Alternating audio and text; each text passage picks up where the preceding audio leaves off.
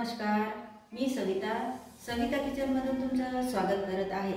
तर आज मी बनवणार आहे नारळी भात। नारळी भात हा कोकणी पदार्थ आहे, म्हणून आपण नारळी पौर्णिमा निमित्त हा पदार्थ तयार करत आहोत। तर चला न वेळ घालवता आपण रेसिपीला सुरुवात करूया।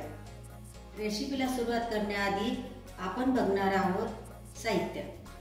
तर चला साहित्य बघूया। हे बघा, ही 2 वाटी मी तांदूळ घेतलेले आहे आणि 2 ते 3 पाण्याने स्वच्छ धुवून घेतलेले आहे। 1 वाटी खिसलेलं खोबरं आणि हे खोबरं ओलं आहे, ओलं नारळ घेतलेलं आहे आपण। 1 वाटी गूळ, तूप, लवंग आणि विलायची आणि हे काजू बदाम। हे बघा, आपण गॅस सुरू केलेला आहे आणि कढई सुद्धा गरम करायला ठेवलेली आहे। आता त्यामध्ये आपण सोडणार आहे तूप।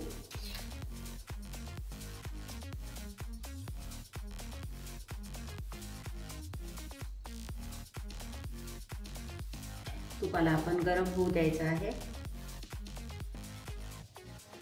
आता त्यामध्ये आपण सोडणार आहे तुपामध्ये विलायची, 4 विलायची घेतलेली आहे आणि लवंग 4 घेतलेली आहे।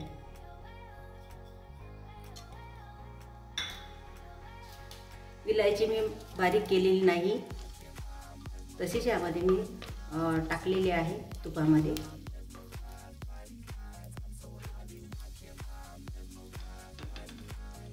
हे बघा, विलायची आणि लवंग छान भाजलेली आहे।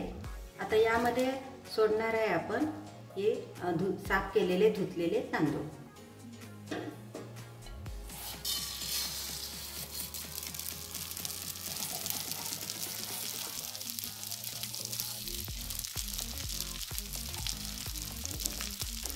त्याला छान आपण परतून घेऊया।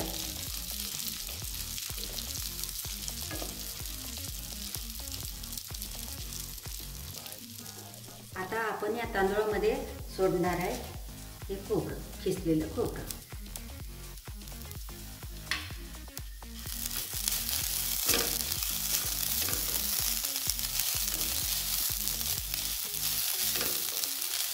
आणि लगेचच आपण यामध्ये सोडणार आहे हे गूळ। गुळाचं प्रमाण तुमच्या आवडीनुसार सोडा याच्यामध्ये। आणि पूर्ण हे आता आपण एकत्र करून घेऊया। हे बघा, सर्वच्या सर्व गूळ यामध्ये विरघळलेला आहे। आता यामध्ये सोडणार आहे आपण ड्रायफ्रूट।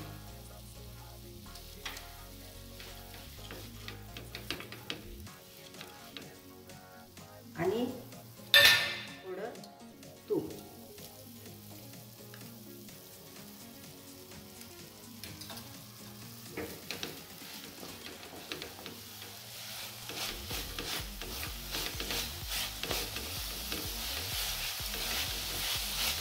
आणि आता यामध्ये आपल्याला सोडायचं आहे पाणी। तर हे बघा, मी 1 ग्लास पाणी गरम केलेलं आहे आणि याच्यामध्ये 1 चमचा तूप सुद्धा सोडलेला आहे। तर आता गरम केलेलं पाणी मी यामध्ये सोडणार आहे।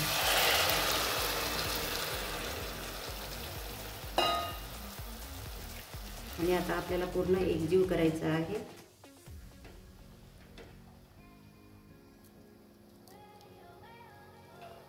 आणि थोडं चवीसाठी आपल्याला यामध्ये मीठ सोडायचं आहे, थोडं। पुन्हा आपण त्याला खाली वर करून घ्यायचं आहे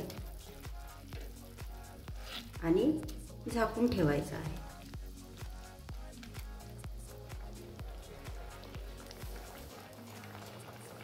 तर आपण आता याला झाकून ठेवूया।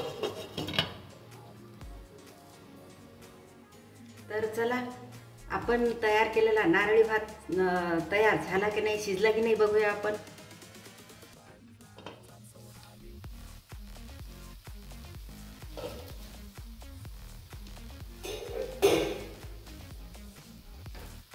हे बघा, किती मस्त असा तयार झालेला आहे नारळी भात आणि छान शिजला सुद्धा।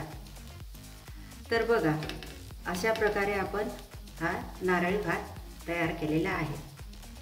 मी एकदम सोप्या पद्धतीत नारळी भात तयार केलेला आहे।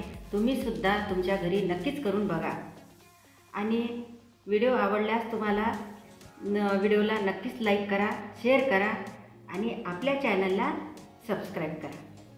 धन्यवाद।